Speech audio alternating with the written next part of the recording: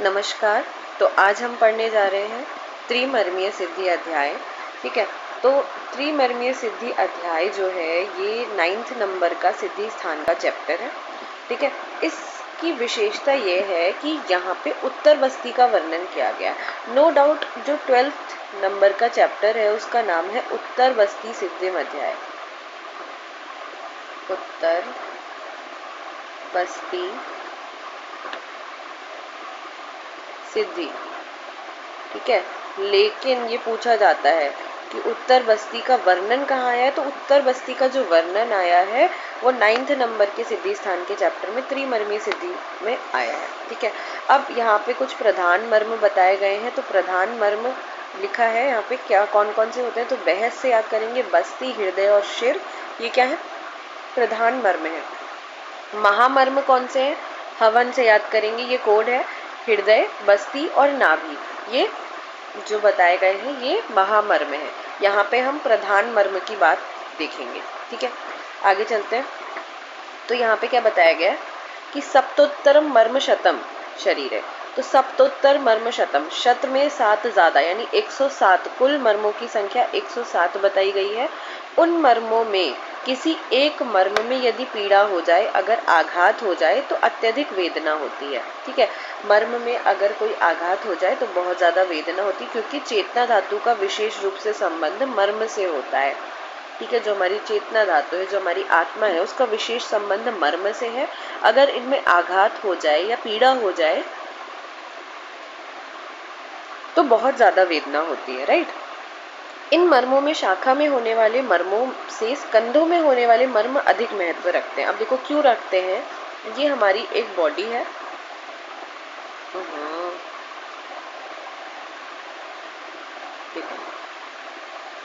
ये बॉडी है। अब ये जो शाखा है ये किससे जुड़ी हुई है, ये कंधों से ही तो जुड़ी हुई है, शाखा जुड़ी है नहीं जुड़ी है। तो मेन महत्व ये कंधों में यानी स्कंध में रहने वाले मर्म अधिक महत्व रखते हैं। स्कंद में होने वाले मर्म अधिक महत्व रखते हैं, क्योंकि शाखाएं स्कंद के ही आश्रित होती हैं। स्कंद में होने वाले मर्मों में कौन कौन से आते हैं, हृदय, बस्ती और शिर आते हैं, जिनको हमने क्या कहा, जिनको हमने प्रधान मर्म बोला। मर्म प्रधान होते हैं क्योंकि शरीर का मूल ये 3 मर्म है। ठीक है, तो शरीर का मूल कहा गया इन मर्मों को। अब बात करते हैं इन 3 मर्मों की। तो हृदय, शिर और बस्ती के बारे में पढ़ेंगे। तो हृदय 10 क्या बोल रहे हैं कि हृदय में 10 धमनियां, प्राण, अपान, मन, बुद्धि, चेतना और सूक्ष्म महाभूत वर्तमान रहते हैं। अब कैसे वर्तमान रहते हैं, तो इसके लिए एक उपमा आई है, नाभ्यमरा इव प्रतिष्ठन्ति। ठीक है, तो जैसे किसी चक्के में यानी एक टायर में बीच में एक नाभि होती है और इससे आरे जैसे जुड़े रहते हैं ना, तो ऐसे करके, तो ऐसे ही जो हृदय है, हृदय को क्या बोला गया है, हृदय को ये जो चक्का है उसकी नाभि के समान बताया है। ठीक है, देखो इसको ऐसे समझेंगे, जैसे यहाँ पे हृदय मान लो, और इससे क्या क्या अटैच है, यहाँ से 10 धमनियां अटैच है, प्राण, अपान, मन, बुद्धि, चेतना, ये सब इससे ऐसे अटैच रहते हैं। तो ये इसको ऐसी उपमा दी गई है। तो देखो यहाँ पे भी क्या लिखा है, तात्पर्य यह है कि जिस तरह गाड़ी के पहिए के बीच में नाभि लगी रहती है और उससे आरा, खड़े खड़े डंडे लगे रहते हैं, हृदय को नाभि के समान बताया, यानी ये बीच में हृदय है ऐसा बोला गया है। जैसे कि चक्के की नाभि होती है, ये नाभि है चक्के की, उसी को क्या बोला गया है और उसी को हृदय से तुलना की गई है कि हमारे शरीर में वैसे ही हृदय होता है जैसे कि एक चक्के में नाभि होती है, और इससे जैसे कि नाभि से आरे लगे होते हैं वैसे ही हृदय से क्या लगे होते हैं, आरे के समान 10 धमनी, प्राण, अपान आदि को माना गया है। ठीक है, इतनी बात आगे होगी समझ में। आगे चलते हैं, आगे क्या बोल रहा है, अब शिर के बारे में बता रहा है। तो शिर के लिए भी एक उपमा दी गई है, क्या है वो देखते हैं। तो देखो, शिर में ज्ञान इंद्रिय और इंद्रिय तथा प्राणवाह स्रोत बंधे रहते हैं, जिस प्रकार सूर्य से सूर्य की किरणें बंधी रहती हैं। तो एक सूर्य है, सूर्य से उसकी किरणें ऐसे निकलती हैं, तो ऐसे ही शिर में जो ज्ञानेंद्रियां हैं, जो इंद्रिय हैं, जो प्राणवाह स्रोत हैं, वो भी ऐसे ही किरणों के समान बने रहते हैं। तो इसमें सूर्यमेव गवस्तस्य संश्रितानि, तो ये इसके लिए उपमा दी गई है। ठीक है, तीसरा बस्ती आता है। अब बस्ती के लिए क्या बोल रहा है कि बस्ती स्थूल गुदा, अंडकोश, सेवनी, शुक्रवह स्रोतस और मूत्रवह स्रोतस के मध्य में मूत्र का आधार और जल वह सभी स्रोतों का आधार है। जिस प्रकार नदियों का आधार समुद्र होता है, ठीक है, जिस प्रकार नदियों का आधार क्या है, समुद्र है, उसी प्रकार जो बस्ती है वो क्या है, यानी बस्ती, स्थूल गुद, अंडकोश, ये सभी क्या है, मूत्र का आधार है। ठीक है, जैसे नदियों का आधार समुद्र, वैसे ही मूत्र का आधार बस्ती, स्थूल गुद, अंडकोश, ये चीजें। ठीक है, बहुत से स्रोतों के मूल का नाम ही मर्म है। अब ये इंपॉर्टेंट चीज आ रही है, स्रोतों के मूल का नाम ही मर्म है। जिस प्रकार सूर्य की किरणें सारे आकाश में व्याप्त रहती हैं, किरणों का मूल सूर्य होता है। अब देखो, एक हमें पता है ये आकाश है, मान लिया, ठीक है, आकाश हो गया। अब आकाश में क्या है, सूर्य है। ठीक है, सूर्य से क्या निकल रही है, सूर्य की किरणें निकल रही हैं। ठीक है, अब देखो एक ये रिलेशन बना दिया हमने, ये चीज। अब इसकी जो तुलना की गई है, इसकी तुलना किससे की गई है, तो ये जो आकाश है, आकाश की तुलना की गई है हमारे शरीर से। किससे की गई है, शरीर से। ठीक है, और इसकी जो किरणें हैं, ठीक है, किरणों को क्या बोला गया है, किरणों को स्रोतस बोला गया है। ठीक है, किरणों को क्या बोला गया है, स्रोतस। और ये जो किरणों का मूल सूर्य है, सूर्य को क्या बोला गया है, सूर्य को मर्म के समान तुलना की गई है। अब इसको समझेंगे, अब पढ़ने में मजा आएगा। देखो, जिस प्रकार कहा गया, बहुत से स्रोतों के मूल का नाम ही मर्म है। ठीक है, बहुत से स्रोतों के मूल का नाम ही मर्म है। जिस प्रकार सूर्य की किरणें सारे आकाश में व्याप्त रहती हैं, किरणों का मूल सूर्य होता है। ठीक है, सूर्य की किरणें आकाश में है और इनका मूल क्या है, सूर्य है। इसी तरह शरीर स्रोतसों से व्याप्त होता है। इसी प्रकार ये जो पूरा आकाश रूपी शरीर है, ये किससे व्याप्त है, किरण रूपी स्रोतस से व्याप्त है। उन स्रोतों का मूल स्थान क्या है, मर्म है। ठीक है, विशेषकर स्रोतों का मूल क्या है, हृदय है, बस्ती है और शिर है, जो कि मर्म है। ठीक है, प्रधान मर्म है। अब इतनी बात समझ आ गई होगी। तो मैंने क्या कहा, आकाश में जैसे सूर्य की किरणें व्याप्त रहती हैं, लेकिन उन किरणों का मूल क्या होता है, सूर्य होता है। वैसे ही पूरे शरीर में स्रोतस व्याप्त रहते हैं और स्रोतस का मूल मर्म होता है। ठीक, तो यहाँ पे भी सर्व स्रोतस समुद्धीरी व पगानाम प्रतिष्ठा। तो ये उपमा किसके लिए आई है, ये उपमा आई है बस्ती के लिए नहीं आई है, ये उपमा स्रोतसों के लिए, मर्म के लिए उपमा आई है। ठीक है, आगे चलते हैं।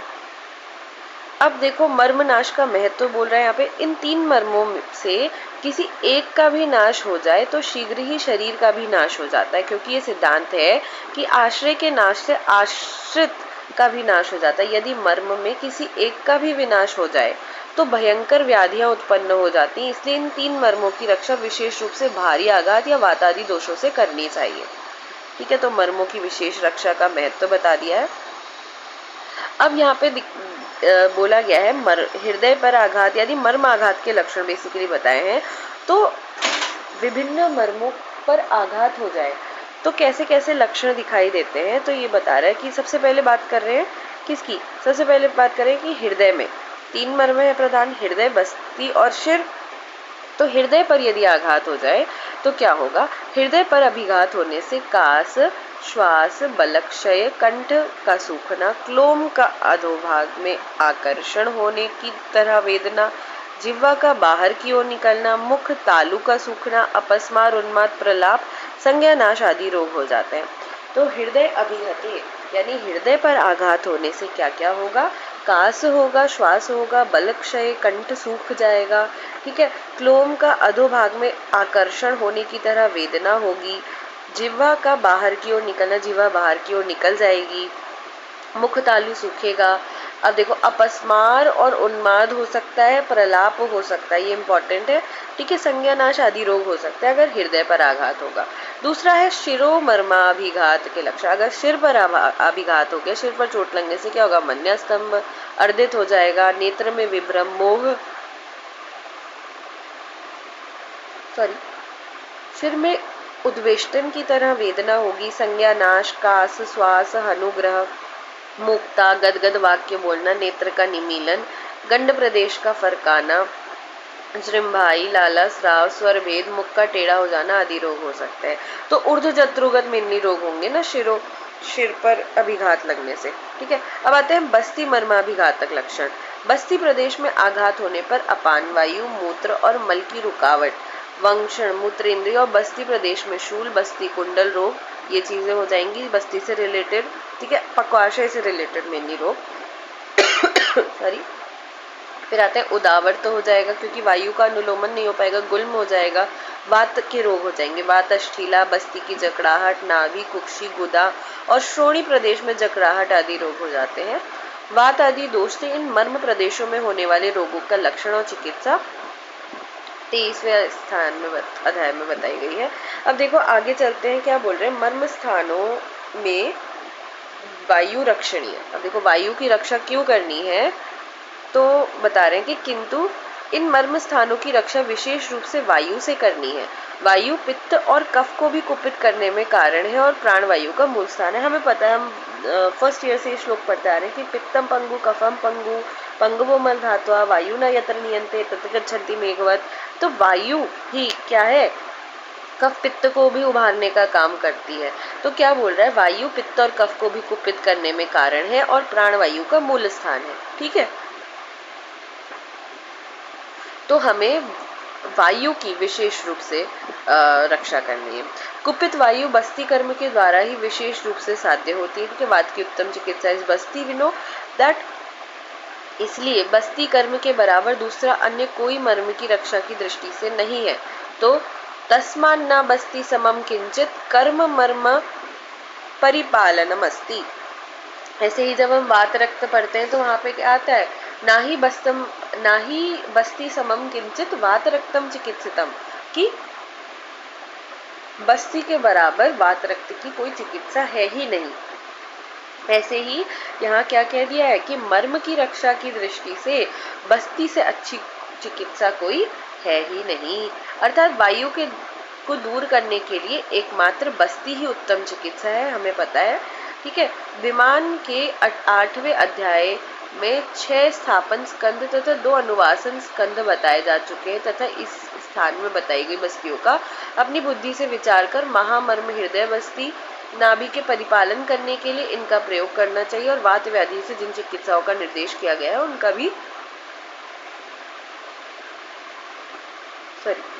उनका भी प्रयोग करना चाहिए। अब यहाँ पे ऊपर 2 चीजें इंपॉर्टेंट लिखी है कि स्थिरादि पंचमूल किसे कहा जाता है, स्थिरादि पंचमूल कहा जाता है लघु पंचमूल को, और बिलवादी पंचमूल कहा जाता है बृहद पंचमूल को, ठीक है। अब यहाँ पे क्या दिया है, मर्माघात की चिकित्सा दे रखी है कि यदि हृदय वात आदि दोषों से दूषित हो जाए तो घी में भुनी हींग के चूर्ण को 5 नमकों में से 1 नमक के चूर्ण के साथ मिलाकर बिजौरे नींबू का रस और अन्य किसी खट्टे अनार आदि के रस में मिलाकर या किसी भी हृदय के लिए हितकर द्रव में मिलाकर पीने के लिए रोगी को देना चाहिए। स्थिरादि पंचमूल के क्वाथ में अर्थात लघु पंचमूल के क्वाथ में चीनी मिलाकर पीने के लिए देना चाहिए, ठीक है। स्थिरादि पंचमूल मीन्स लघु पंचमूल, ठीक है, और बिलवादी पंचमूल मीन्स बृहद पंचमूल। तो ये ऐसी पढ़ लेंगे, ज्यादा इंपॉर्टेंट नहीं है। अब आगे यहाँ पे क्या बता रहे हैं, यहाँ पे बोल रहे हैं कि मनुष्यों में प्राण हृदय सिर और बस्ती में आश्रित रहते हैं, इसलिए इन 3 मर्मों की परिश्रम पूर्वक सदा रक्षा करनी चाहिए। जिस कारण से मर्म प्रदेश में बाधा उत्पन्न होती है उसे छोड़कर निरंतर स्वस्थ वृत्त का पालन और उत्पन्न हुए रोगों की शांति करते हुए मर्मों की रक्षा करनी चाहिए, ठीक है। तो निदान परिवर्जन सबसे अच्छी चिकित्सा है। तो जिन कारणों से मर्म में बाधा उत्पन्न हुई है उनको छोड़कर निरंतर स्वस्थ वृत्त का पालन करना चाहिए और उत्पन्न हुए रोगों की शांति करते हुए मर्मों की रक्षा करनी चाहिए, ठीक है। अब आगे बता रहे हैं तो ऊपर भी एक श्लोक में इम्पोर्टेंट है कि आबाध वर्जनम नित्यम, तो जो भी जिन कारणों से मर्म बाधा आई है उनका वर्जन करना और नित्य स्वस्थ अनुवर्तनम और स्वास्थ्य का अनुवर्तन करना है। इसके बाद त्रिमर्मी चिकित्सा स्थान के चिकित्सा नामक 26वें अध्याय में जो मर्मज रोग नहीं कहे गए हैं उनमें से कुछ रोगों का चिकित्सा के साथ वर्णन किया जा रहा है। अब इस अध्याय में देखो, हमने जो 26वां अध्याय है त्रिमर्मीय चिकित्सा अध्याय, ठीक है, उससे पहले था द्विव्रणीय, द्विव्रणीय के बाद क्रम से 2 के बाद 3 आता है, इसलिए त्रिमर्मीय चिकित्सा अध्याय का वर्णन किया गया है। तो वहाँ जिन व्याधियों का वर्णन आचार्य नहीं कर चुके, मतलब जिनका वर्णन वो वहाँ करना छूट गया था, उनका वर्णन त्रिमर्मीय सिद्धि में किया जा रहा है विथ देयर चिकित्सा ऑल्सो। तो अपतंत्रक और अपतानक रोग की संप्राप्ति और लक्षण, तो यहाँ पे किसका वर्णन किया जा रहा है? अपतंत्रक और अपतानक का वर्णन किया जा रहा है, ठीक है। तो इसमें क्या बोल रहे हैं कि अपने कुपित होने के कारण से कुपित हुई वायु अपने स्थान में जाकर, अब देखो वायु 2 ही तरीके से कुपित हो सकती है, एक तो धातु क्षय से, दूसरा आवरण के कारण, ठीक है। और तो देखो अपने कुपित होने वाले कारणों से प्रकुपित हुई वायु, एक सेकेंड रुकेंगे, हेलो, हाँ क्लास रिकॉर्ड करनी, चलो थोड़ी देर में करती हूँ।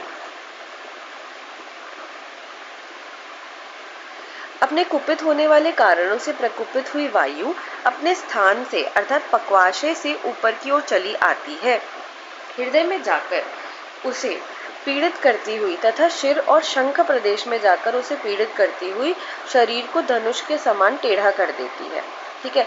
तो इसमें क्या हो रहा है, सबसे पहले वायु कुपित हुई, ठीक है, अपने स्थान से अर्थात पक्वाशय से ऊपर की ओर चली जाती है।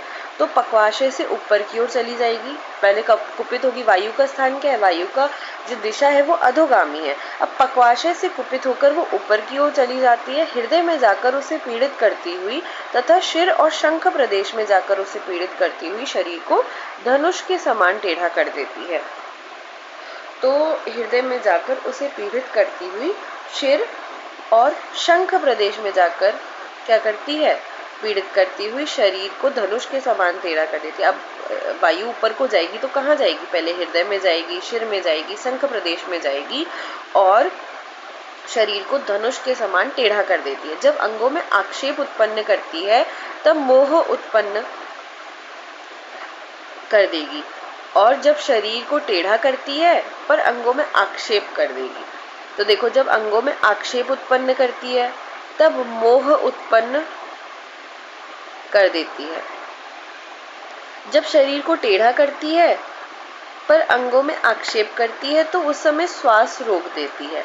सामान्य अवस्था में इस रोग में बड़ी कठिनता से श्वास बाहर निकल पाती है, आंखें जकड़ जाती हैं, आंखें बंद हो जाती हैं, कबूतर के शब्द के समान, ठीक है, कबूतर के शब्द के समान गले में अव्यक्त शब्द होता है। कपोत एवं कुंजनम, ये पूछा जाता है कपोत एवं कुंजनम किसके लिए आता है, तो ये अपतंत्रक के लिए आया है, ठीक है। पारावत एवं कुंजनम किसके लिए आया है, तो देखो यहाँ पे 3 चीजें लिखी इंपॉर्टेंट है। प्रतत कंठ कूजनम ये आता है सम सन्निपात ज्वर के लिए, पारावत एवं कुंजनम ये आता है छतज कास के लिए, कपोत एवं कुंजनम ये आता है अपतंत्रक के लिए। तो ये तीनों इंपॉर्टेंट है, बहुत इंपॉर्टेंट चीजें हैं जो आपको याद करनी है। क्या क्या, प्रतत कंठ कूंजनम सम सन्निपात ज्वर, पारावत एवं कूंजनम छतज कास में आया है, कपोत एवं कूंजनम अपतंत्रक में आया है, ठीक है।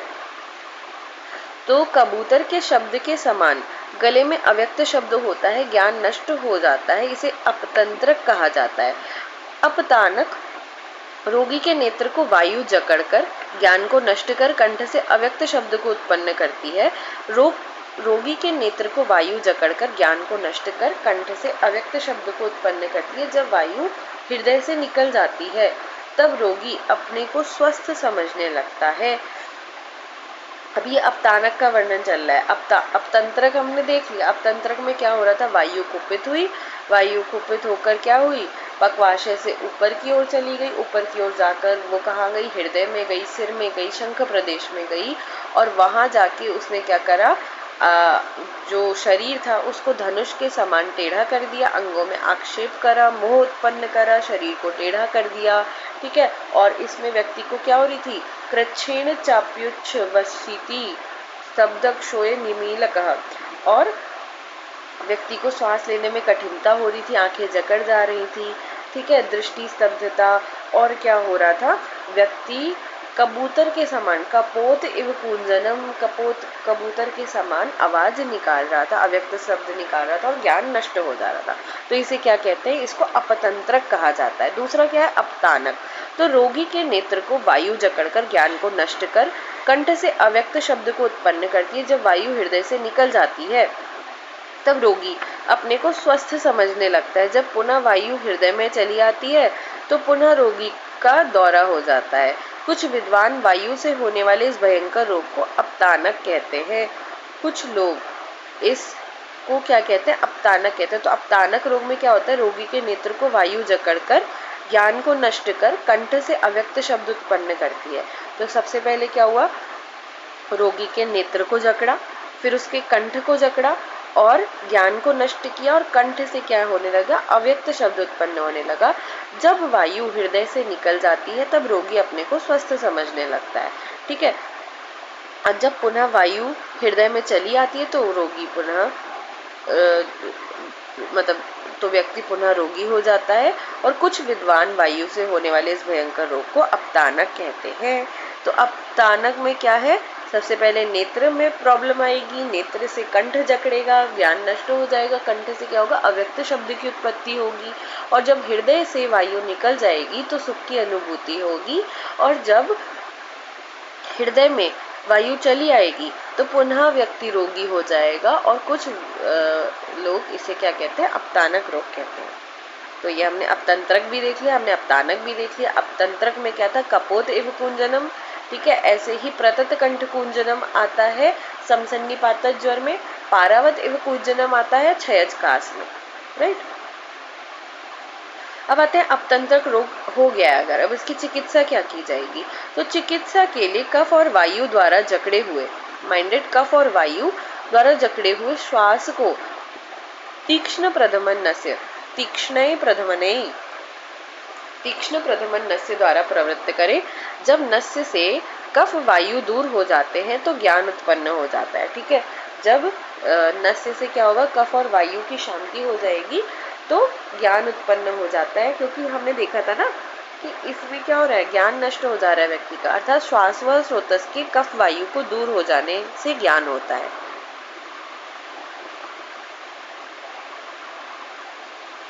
आगे चलते हैं, शिरोविरेचन नस्य, अब किससे देना है ये बताया रखा है कि अपतंत्रक नाशक क्वाथ क्या क्या होता है, अपतंत्रक नाशक घृत, ये चीजें बताई गई हैं। अब दूसरा आता है तंद्रा। तो तंद्रा के कारण और संप्राप्ति, तो देखो यहाँ पे कुछ रेफरेंसेस दिए इंपॉर्टेंट है। जो हम देखते हैं व्यायाम, तो व्यायाम का वर्णन कहाँ आया है, कहाँ मिलता है, चरक सूत्र 5 में मिलता है व्यायाम का वर्णन। वहाँ पे डेफिनेशन भी आती है कि शरीर चेष्टा या चेष्टा स्थैर्यार्था बलवर्धिनी, ऐसे करके जो डेफिनेशन आती है वो व्यायाम की आती है। चरक सूत्र 5 में इसका वर्णन किया गया है। निद्रा का वर्णन चरक सूत्र 21 में किया गया है, ठीक है। निद्रा का वर्णन चरक सूत्र 21 में आया है। तंद्रा का वर्णन चरक सिद्धि 9 में आया है, ठीक है। और क्लम का वर्णन जो आया है चरक इंद्रिय स्थान में किया गया है, ठीक है। तो ये याद रखने की बात है कि तंद्रा का वर्णन जो आया है वो आया है चरक सिद्धि 9 में, त्रिमर्मीय सिद्धि में, ठीक है। अब देखो निद्रा में कौन कौन से दोष इन्वॉल्व होते हैं, कफ और तम गुण, ठीक है। कफ दोष, तम गुण।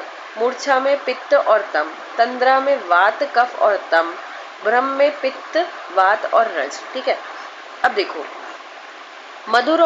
मधुर स्निग्ध और गुरु अन्न के सेवन से अधिक चिंता, श्रम, शोक, बहुत दिनों से किसी भी एक रोग से पीड़ित रहने से कुपित वायु कफ को बढ़ाकर जब हृदय प्रदेश में आ जाती है, ठीक है। तो हमने यहाँ देखा तंद्रा में क्या है, वात है, कफ है और तम है। तो तम किससे बढ़ेगा, चिंता से, शोक से, ठीक है, इन चीजों से बढ़ेगा। तो वायु क्या करेगी, कफ को बढ़ाकर हृदय प्रदेश में आती है तो हृदय में आश्रित ज्ञान वह स्रोतों को आच्छादित कर देती है, ठीक है। तब तंद्रा रोग की उत्पत्ति होती है।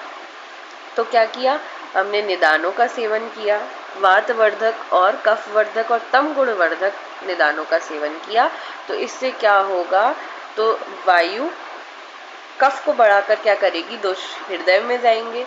हृदय में आश्रित कौन है, ज्ञान वह स्रोतस हृदय में आश्रित होते हैं, तो उनको उनके ऊपर एक आवरण चढ़ जाएगा, वो आच्छादित हो जाएंगे और तंद्रा रोग की उत्पत्ति होगी। अब तंद्रा का लक्षण, तंद्रा हो गई तो क्या होगा, हम किसे कहेंगे तंद्रा, तो जब कफ के साथ वायु हृदय प्रदेश में चली आती है तो हृदय व्याकुल हो जाता है। ठीक है, हृदय व्याकुल हो जाता है, वचन, शारीरिक चेष्टा और इंद्रियों में भारीपन आ जाता है। मन व्याकुल, हृदय व्याकुल हो जाएगा, वचन, शारीरिक और चेष्टा और इंद्रियों में भारीपन, मन और बुद्धि में प्रसन्नता नहीं रहती है, तंद्रा का लक्षण है। तो हृदय व्याकुली भाव, हृदय व्याकुल हो जाता है, वाक चेष्टा, इंद्रिय गौरव, वचन, शारीरिक चेष्टा और इंद्रियों में भारीपन, हृदय में व्याकुलता, वाक चेष्टा, इंद्रिय में गुरुता, मनोबुद्धि प्रसादश्च, मन बुद्धि क्या रहेंगे, प्रसन्न नहीं रहते हैं, अप्रसादश्च लिखा है, सॉरी, तो मन और बुद्धियों में प्रसन्नता नहीं रहती है। तो ये तंद्रा का क्या क्या लक्षण है, हृदय में व्याकुलता रहेगी, वाक चेष्टा और इंद्रिय में गौरवता यानी गुरुता रहेगी, और मनोबुद्धि, ठीक है, मन बुद्धि इसमें क्या रहेगा, अप्रसादश्च, अप्रसन्नता रहेगी, प्रसन्नता नहीं रहेगी। अब इसकी चिकित्सा क्या है, तो इसमें कौन कौन से दोष इन्वॉल्व थे, इसमें वात और कफ दोष इन्वॉल्व था, तम गुण प्रधान था। तो इसकी वजह से क्या होगा, तंद्रा रोग में कफनाशक शोधन और शमन चिकित्सा करनी चाहिए, व्यायाम, रक्त विस्रावण तथा कटुतिक्त आहार द्रव्यों का सेवन करना चाहिए।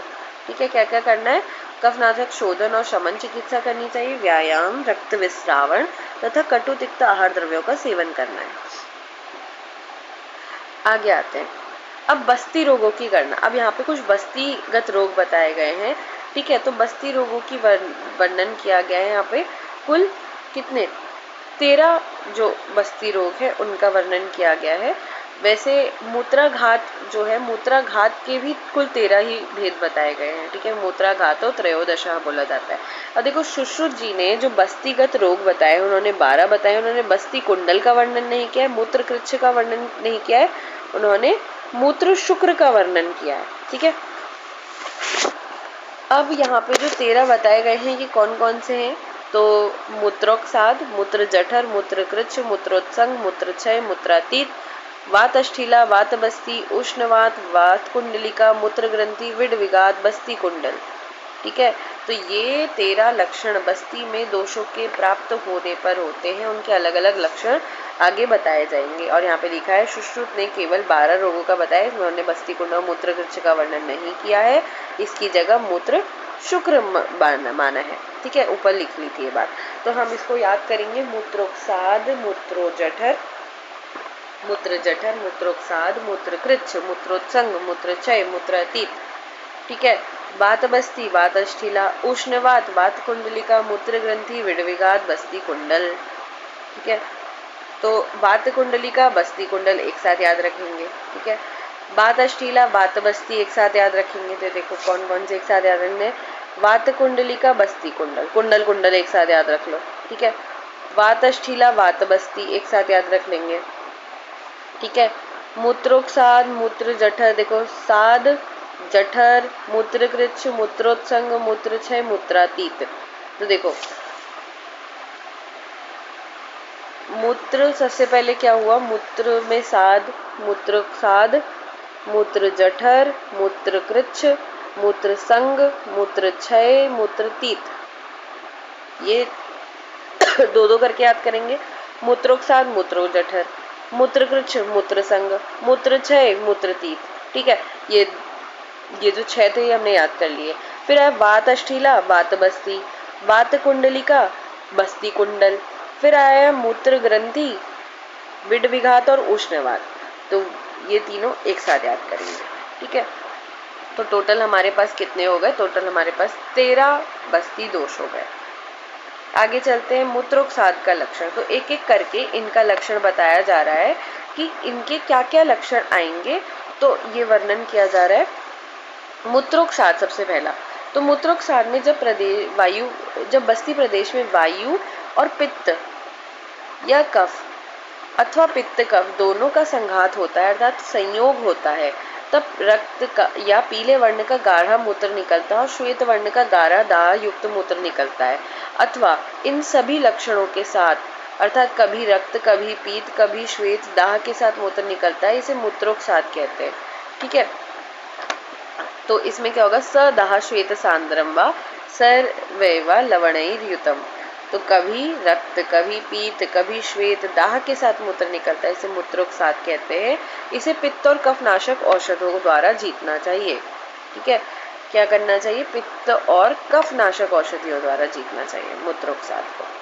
तो इसमें क्या है, वायु पित्त, वायु द्वारा क्या होता है, पित्त का या कफ का प्रकोप हो जाता है या पित्त कफ दोनों का प्रकोप हो जाता है। ठीक है, और जिससे क्या होगा, रक्त वर्ण का, पीले वर्ण का गाढ़ा मूत्र निकलेगा मूत्रोक्षाद में और दाह के साथ मूत्र निकलेगा, इसे मूत्रोक्षाद कहते हैं। इसे पित्त और कफनाशक औषधों द्वारा जीतना चाहिए। नेक्स्ट आते हैं मूत्र जठर। तो मूत्रोक्षाद हमने देख लिया। मूत्र जठर में क्या हो रहा है, जब मूत्र के वेग को रोकने से रुकी हुई वायु ऊपर की ओर गतिशील होती है तो उदर को भर देती है और मूत्राशय में मूत्र को अधिक भर देती है। ऐसी दशा में बिना कारण के ही उदर द्वारा बस्ती में वेदना होती है, साथ ही भोजन का ना पचना, मूत्र और मल की रुकावट हो जाती है, इसे मूत्र जठर कहते हैं। इस रोग में मूत्र विरेचन अर्थात मूत्र को लाने वाली औषधियों का प्रयोग किया जाता है। तो मूत्र जठर में क्या हो रहा है, मूत्र के वेग को धारण किया तो क्या होगा, वायु ऊपर की ओर चली जाएगी। ठीक है, वायु का अनुलोमन होना चाहिए था, अनुलोमन नहीं होगा, वायु ऊपर की ओर चली जाएगी और उदर में भर जाएगी और मूत्राशय को मूत्र से अधिक भर देगी। ऐसी दशा में बिना कारण ही उदर या बस्ती में वेदना होगी। ऑब्वियस सी बात है, आपने खुद भी इस चीज को नोटिस किया होगा कि कभी आप यूरिन होल्ड कर लेते हैं तो क्या होता है, जो वायु होती है वो रुक जाती है और ऊपर की ओर गति करती है और वेदना करती है, साथ ही भोजन नहीं पचता है, मूत्र और मल में रुकावट हो जाती है, इसे मूत्र जठर कहते हैं। इस रोग में मूत्र विरेचन अर्थात मूत्र को लाने वाली औषधियों का प्रयोग किया जाता है। अब मूत्र नहीं निकलने की वजह से हुआ तो मूत्र को निकालो, तो एक ही हमारे पास सोल्यूशन है, दैट इज मूत्र विरेचन करा दो। अगला आते हैं हिंगुदुरुत्तर। तो हिंगुदुरुत्तर चूर्ण जो बताया गया है ये मूत्र जठर में इसका उपयोग है। ठीक है, अगला आता है मूत्रकृच्छ। तो मूत्रकृच्छ यानी मूत्र कृच्छता पूर्वक निकल रहा है। मूत्र का वेग आने पर जो व्यक्ति बिना मूत्र त्याग किए हुए मैथुन में प्रवृत्त होता है तो बढ़ी हुई वायु के द्वारा अपने स्थान से बहुत शुक्र मूत्र के पहले या पीछे गिरता है, उसे कृच्छ मूत्र कृच्छ कहा जाता है। बहुत शुक्र मूत्र के पहले या मूत्र के पीछे गिरता है तो इसलिए इसको क्या कहा जाता है, मूत्र कृच्छ कहा जाता है। इसे कृच्छ न मानकर सुश्रुत और वाग्भट ने मूत्र शुक्र माना है। ठीक है, तो उन्होंने ऐसा चीज बोली है। मूत्र कृच्छ में क्या होगा, जब व्यक्ति को मूत्र का वेग आ रहा है और व्यक्ति क्या कर रहा है, उसके बाद वो मैथुन कर ले रहा है, मूत्र का त्याग नहीं करता है, तो उस कंडीशन में क्या होगा, या तो जो शुक्र है वो मूत्र से पहले या उससे पीछे गिरेगा, उसके बाद गिरेगा, तो उसे मूत्र कृच्छ कहा जाता है। ठीक है, मूत्र जठर में हमने क्या देखा था, वेग को रोकेगा तो वायु ऊपर की ओर चली जाएगी, फिर वेदना होगी। ऐसे ही हमने इससे पहले मूत्रोक्षाद देखा था, तो इसमें क्या हो रही थी, वायु प्रकोपित हो रही थी और वो पित्त को या फिर कफ को या फिर पित्त कफ को क्या कर रही थी, दूषित कर दे रही थी। फिर आते हैं अगला, मूत्रोत्संग का लक्षण। मूत्रोत्संग का लक्षण, तो यहाँ पे क्या बोल रहा है कि मूत्रवाही स्रोतस की विकृति से अथवा वायु से मूत्र के खींचे जाने के कारण कुछ मूत्र इंद्रिय के छिद्र में ही रुक जाता है।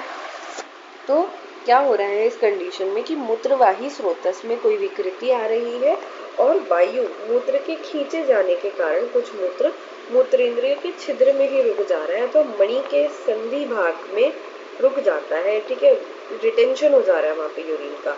रुका हुआ मूत्र कुछ देर बाद बिना वेदना के अथवा अत्यधिक वेदना के साथ निकलता है। अब वो रुका हुआ है मूत्र, निकलना तो है ही, अब वो ऐसा भी हो सकता है कि कुछ वेदना के साथ निकले और ऐसा भी हो सकता है कि वेदना के साथ ना निकले, वेदना के बिना निकले। ठीक है, तो इस रुके हुए मूत्र के कारण मूत्र इंद्रिय में गुरुता होती है तथा मूत्र की धारा टूट टूट कर आती है। तो इसे क्या कहेंगे, मूत्रोत्संग कहा जाएगा। अगला आता है मूत्रक्षय। तो वायु के द्वारा जब मूत्र का शोषण हो जाता है तो इसे मूत्रक्षय कहते हैं। अब देख लो सारी चीजों में रोल है वायु का बेसिकली, ठीक है। इसमें वायु की के लक्षण पाए जाएंगे। अब आते हैं मूत्रातीत। तो देखो क्या बोल रहा है, आए हुए मूत्र के वेग को जबरदस्ती कुछ देर तक रोके रहने पर पुनः मूत्र त्याग करते समय मूत्र का वेग शीघ्रता से नहीं निकल पाता। देखो जब ऐसा करते हैं कोई व्यक्ति की मूत्र को बहुत देर तक रोकता है मूत्र के वेग को, तो बाद में जब मूत्र त्याग करता है तो जल्दी से मूत्र का त्याग नहीं होता। जब मूत्र के प्रवाहन में ताकत लगाई जाती है तो मंद मंद धारा से मूत्र निकलता है। इसे मूत्रातीत कहते हैं। अतीत यानी बीत गया मूत्र निकालने का समय, तो अब क्या होगा, अब वो देर से निकलेगा, धीरे धीरे निकलेगा। उसे संप्राप्ति और लक्षण के अनुसार सुश्रुत और वाग्भट ने मूत्रातीत का लक्षण लिखा है, ठीक है। नेक्स्ट आते हैं वातष्ठीला। दो हमने एक साथ याद कर रहे थे, वातष्ठीला और बस्ती, वातष्ठीला और बस्ती कुंडल, ठीक है। तो इसमें क्या क्या आ रहा है, वातष्ठीला में प्रकुपित वायु बस्ती गुदा को रोककर आदमान उत्पन्न करती है। प्रकुपित वायु बस्ती गुदा को रोककर आदमान उत्पन्न करती हुई चल और उन्नत तीव्र युक्त वेदना अष्ठीला रोग को उत्पन्न करती है। इससे मूत्र और मल के मार्गों में रुकावट हो जाती है। तो ये क्या है, वातष्ठीला का लक्षण है। इसमें भी वातष्ठीला नाम से ही स्पष्ट है कि प्रकुपित वायु क्या कर रही है, बस्ती गुदा को रोककर आदमान उत्पन्न करती हुई चल और उन्नत तीव्र वेदना युक्त अष्ठीला रोग कर रही है। नेक्स्ट आते हैं बात बस्ती का लक्षण। तो मूत्र के वेग को रोकने का अभ्यास जिन व्यक्तियों को पड़ जाता है तो मूत्र वेग के रोकने के कारण बस्ती प्रदेश में वायु कुपित हो जाती है। ऐसी दशा में वह मूत्र में रुकावट, वेदना, खुजली को उत्पन्न करती है, उसे वात बस्ती कहा जाता है। तो कुछ ऐसे व्यक्ति होते हैं जो क्या करते हैं, मूत्र के वेग को रोकने के कारण बस मूत्र के वेग को उनको रोकने की आदत ही पड़ जाती है, ठीक है। तो ऐसे व्यक्ति क्या करते हैं, मूत्र का वेग को रोकते हैं, तो उनकी बस्ती प्रदेश में वायु हमेशा कुपित रहती है और वायु कुपित होकर क्या करेगी, मूत्र में रुकावट, ठीक है। मूत्र में रुकावट होने से क्या होगा, वेदना होगी और उस स्थान पर खुजली उत्पन्न होगी, कंडू होगा। तो मूत्र रोध अर्ति कंडू भी वात बस्ती से उच्चते। तो ये सब किस में पाया जाएगा, वात बस्ती में पाया जाएगा। नेक्स्ट आते हैं उष्णवात। तो उष्णवात क्या है, पित्त के साथ कुपित वायु पित्त की उष्मा से मूत्र का शोषण करती हुई कठिनता से रक्त या पीत वर्ण का मूत्र त्याग कराती है। तो मूत्र त्याग कैसा होगा, या तो रक्त वर्ण का होगा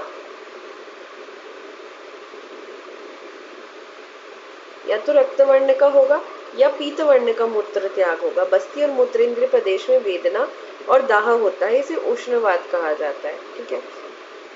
नेक्स्ट आते हैं वात कुंडलिका की संप्राप्ति। तो मूत्र की गति में रुकावट होने से विगुण वायु ऊपर की ओर गति कर जाती है तथा वायु मूत्र स्थान और मूत्र के मार्ग में भग्न टूटे हुए के समान, व्याविद्ध कांटे से छिदे हुए के समान, कुंडली के समान होकर चलते हुए मूत्र में रुकावट कर देती है तथा उन स्थानों में जकड़ाहट, टूटने के समान वेदना, भारीपन, ऐंठन, तीव्र पीड़ा, मूत्र और मल की रुकावट उत्पन्न कर देती है। इसे बस्ती कुंडलिका कहा जाता है। तो इसे वात कुंडलिका कहा जाता है। तो क्या बोल रहा है कि मूत्र की गति में रुकावट होने से जो वायु विगुण हुई थी, इसकी गति क्या होगी, ऊपर की ओर हो जाएगी और वायु मूत्र स्थान और मूत्र के मार्ग में भग्न यानी टूटे हुए के समान, कांटे से छिदे हुए के समान, ठीक है, और कुंडली के समान होकर चलते हुए रुकावट करेगी। उस स्थान में क्या होगा, जकड़ाहट होगी, अब पेन तो होगा ही बात है, भारीपन होगा, ऐंठन होगा, तीव्र पीड़ा होगी और मूत्र और मल में रुकावट हो जाएगी। अगला आते हैं रक्त ग्रंथि का लक्षण। तो रक्त ग्रंथि का लक्षण क्या है, वात और कफ से दूषित रक्त बस्ती द्वार में आकर दारुण ग्रंथि को उत्पन्न कर दे रहा है, ठीक है। यहाँ पे क्या हो रही है, जो रक्त है वो इकट्ठा हो रहा है और वो ग्रंथि बना दे रहा है। ग्रंथि के द्वारा मूत्र मार्ग के रुक जाने के कारण से कठिनता से मूत्र का त्याग होगा और अश्मरी होने के समान वेदना होगी, ठीक है। इसे रक्त ग्रंथि कहा जाता है। नेक्स्ट आते हैं विड विघात। तो रुक्ष और दुर्बल व्यक्तियों में, ठीक है, रुक्ष और दुर्बल व्यक्तियों में विकृत वायु के कारण जब ऊपर गया हुआ मल मूत्रवाही स्रोत में चला आता है, तब वह व्यक्ति बड़ी ही कठिनता से मल मिला हुआ तथा मल की गंध के समान मूत्र का त्याग करता है। ठीक है, मल मिला हुआ या मल की गंध के समान मूत्र का त्याग करता है। इसे क्या कहते हैं? विड विघात कहते हैं। तो विड जहां आएगा वहां पे क्या है? मल का इन्वॉल्वमेंट है। तो रुक्ष और दुर्बल व्यक्ति में जब वायु विकृत हो जाएगी तो मूत्र के साथ साथ मल, मतलब कि जो मल है वो मूत्रवाही स्रोतों में चला जाएगा और व्यक्ति को जो मूत्र आएगा वो मल मिला हुआ आएगा, मल के समान गंध वाला आएगा। ठीक है, तो इसे क्या बोला जाता है? इसे विड विघात बोला जाता है। नेक्स्ट आते हैं बस्ती कुंडल का कारण, संप्राप्ति और चिकित्सा। ठीक है, ये आई गेस लास्ट है बस्ती कुंडल। ठीक है, फिर उसके बाद हम उत्तर बस्ती की विधि पढ़ेंगे। उत्तर में हमने देखा था कि इसमें उत्तर बस्ती का वर्णन किया गया है। तो बस्ती कुंडल का कारण क्या बताता है? अति शीघ्र गति से चलने से, लंघन, परिश्रम, चोट और दब जाने से बस्ती अपने स्थान से हट जाती है अथवा मुख घूम जाता है और ऊपर की ओर हो जाती है।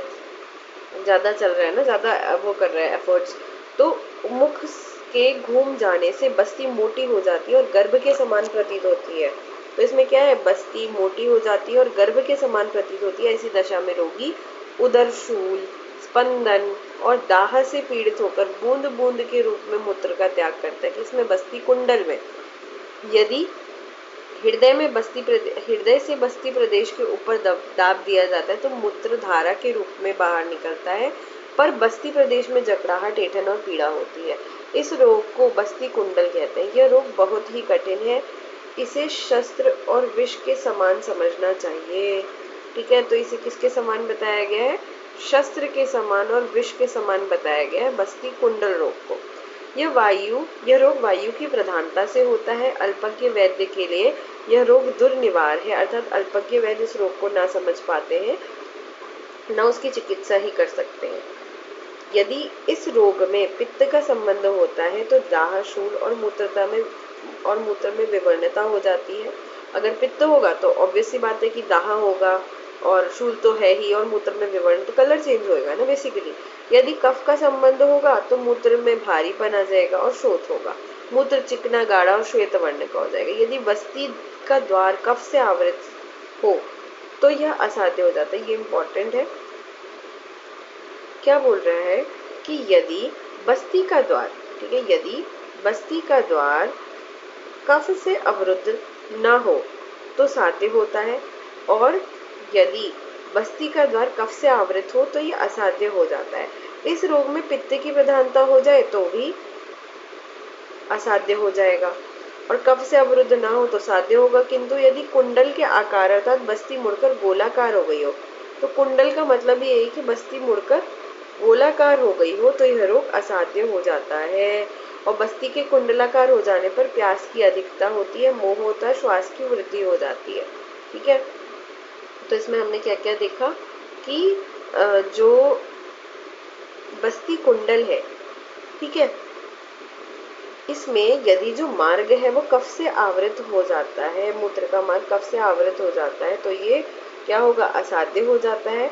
और इस रोग में अगर पित्त की प्रधानता हो जाए तो ये रोग भी असाध्य हो जाता है। यदि बस्ती का द्वार कफ से अवरुद्ध ना हो तो ये साध्य होता है। पित्त का अनुबंध हो गया तो भी असाध्य है। ठीक है, और अगर कुंडल के आकार अर्थात बस्ती मुड़कर गोलाकार हो गई है तो भी ये असाध्य हो जाता है। बस्ती के कुंडलाकार हो जाने पर प्यास की अधिकता, मोह और श्वास की वृद्धि हो जाती है। आगे चलते हैं बस्ती कुंडल की चिकित्सा। तो बस्ती कुंडल रोग में दोषों की प्रबलता का विचार कर मूत्र कृच्छनाशक औषधियों के द्वारा उसे दूर करना चाहिए, अथवा सभी प्रकार की बस्ती विकारों में बस्ती या उत्तर बस्ती का प्रयोग करना चाहिए। अब हमें पता है उत्तर मार्ग क्या होता है।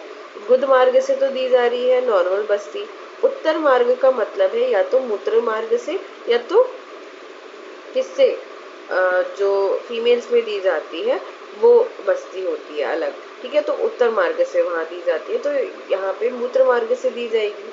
ठीक है, तो मूत्र कृच्छी की औषधीय चिकित्सा स्थान 26वें अध्याय में बताई गई है। ठीक है, यहाँ पे लिख के बता देती हूँ। देखो, बस्ती जो होती है, 3 प्रकार की बस्ती आचार्य चरक ने बताई है। एक बताई है निरूह बस्ती, एक होती है आस्थापन बस्ती, और एक होती है उत्तर बस्ती। ठीक है, अब देखो निरूह बस्ती और आस्थापन बस्ती ये दोनों नॉर्मली गुदा मार्ग से दी जाती है। किससे दी जाती है? गुदा मार्ग से दी जाती है। बट दिस दिस उत्तर बस्ती ये दी जाती है या तो मूत्र मार्ग से, दूसरा ये दी जाती है योनि मार्ग से।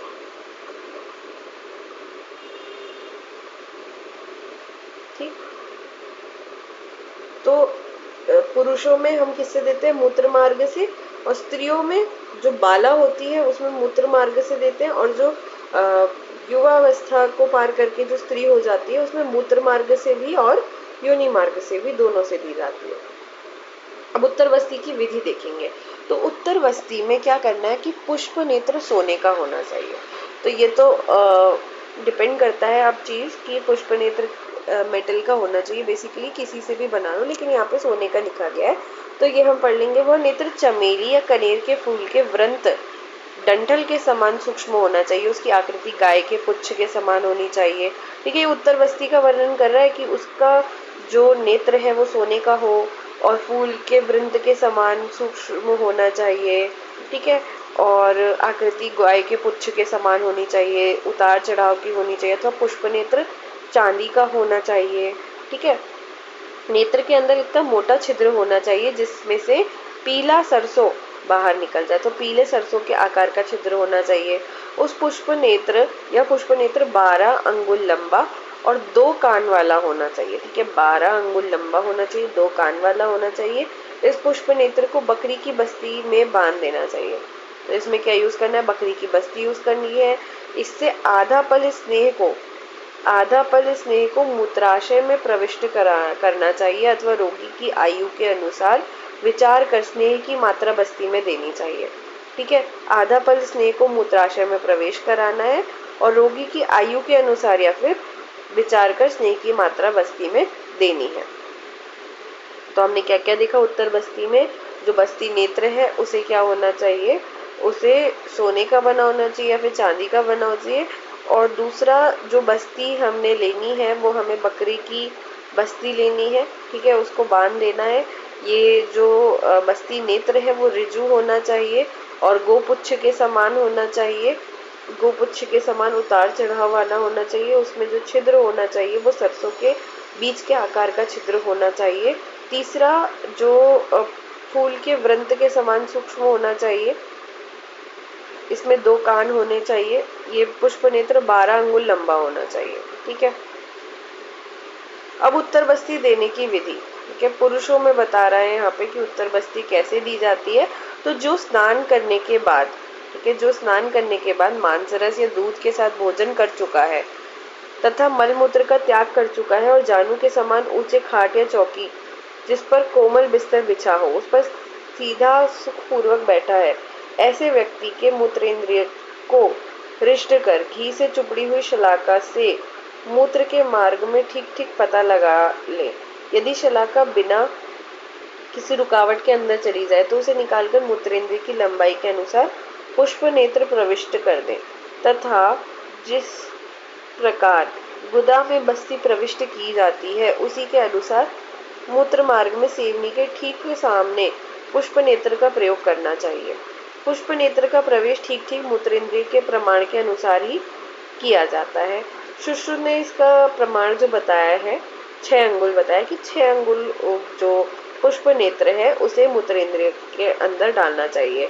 यदि असावधानीवश पुष्प नेत्र का प्रवेश अधिक हो जाए तो मूत्राशय में हानि होती है। यदि प्रमाण से कम पुष्प नेत्र प्रविष्ट किया जाए तो स्नेह उचित रूप से प्रवेश नहीं कर पाता है और उत्तर बस्ती देते समय सुखपूर्वक न अधिक वेग से न ही हीन वेग से हाथ शिर दबाकर औषध को अंदर की ओर प्रविष्ट कराना चाहिए। और यह भी ध्यान रखें कि बस्ती देते समय हाथ में कंपन न हो तथा बस्ती को निकालते समय भी हाथ न कांपे। जब उत्तर बस्ती द्वारा प्रयुक्त स्नेह बाहर निकल जाए तो तीसरी बस्ती देनी चाहिए। ठीक है, बस्ती देते समय हाथ नहीं कँपाने हैं, बस्ती को निकालते समय भी हाथ नहीं कांपने हैं। जब उत्तर बस्ती द्वारा प्रयुक्त स्नेह बाहर निकल जाए तब तीसरी बस्ती देनी है। इस प्रकार आवश्यकता अनुसार अनेक बस्तियां दी जाती हैं। उत्तर बस्ती द्वारा दिया गया स्नेह बाहर न निकले तो उसकी उपेक्षा कर देनी चाहिए। ठीक है, रात भर बिता देने के बाद दूसरे दिन प्रातः काल आगे बताई जाने वाली वर्ती मूत्र मार्ग में डालकर स्नेह को बाहर निकालना चाहिए। ठीक है, अगर स्नेह ना आए तो हमें कुछ नहीं करना है, उसकी उपेक्षा कर दो, इग्नोर। ठीक है, बेसिकली अगर हमने उत्तर बस्ती दी और स्नेह बाहर नहीं आया तो हमें कोई ध्यान नहीं देना है। दूसरा हमें क्या करना है, अगले दिन हमें अगर स्नेह बाहर नहीं आता है तो हमें मूत्र मार्ग में क्या डालना है, प्रातः काल में वर्ती डालनी है। अब इसके लिए पिपल्यादि वर्ती बताई गई है। अब उत्तरवस्ती का समय, तो अब ये स्त्रियों में कहा जा रहा है कि स्त्रियों में यही उत्तरवस्ती ऋतुकाल होने पर दी जाती है। तो दिस इज इम्पोर्टेंट कि कब दी जाती है, तो ऋतुकाल होने पर दी जाती है, क्योंकि ऋतुकाल में गर्भाशय का मुख खुला रहता है, क्या खुला रहता है, अथवा योनि शीघ्र ही स्नेह को ग्रहण कर लेती है। उत्तर बस्ती के द्वारा वायु के जीते जाने पर योनि शीघ्र ही गर्भ को धारण कर लेती है।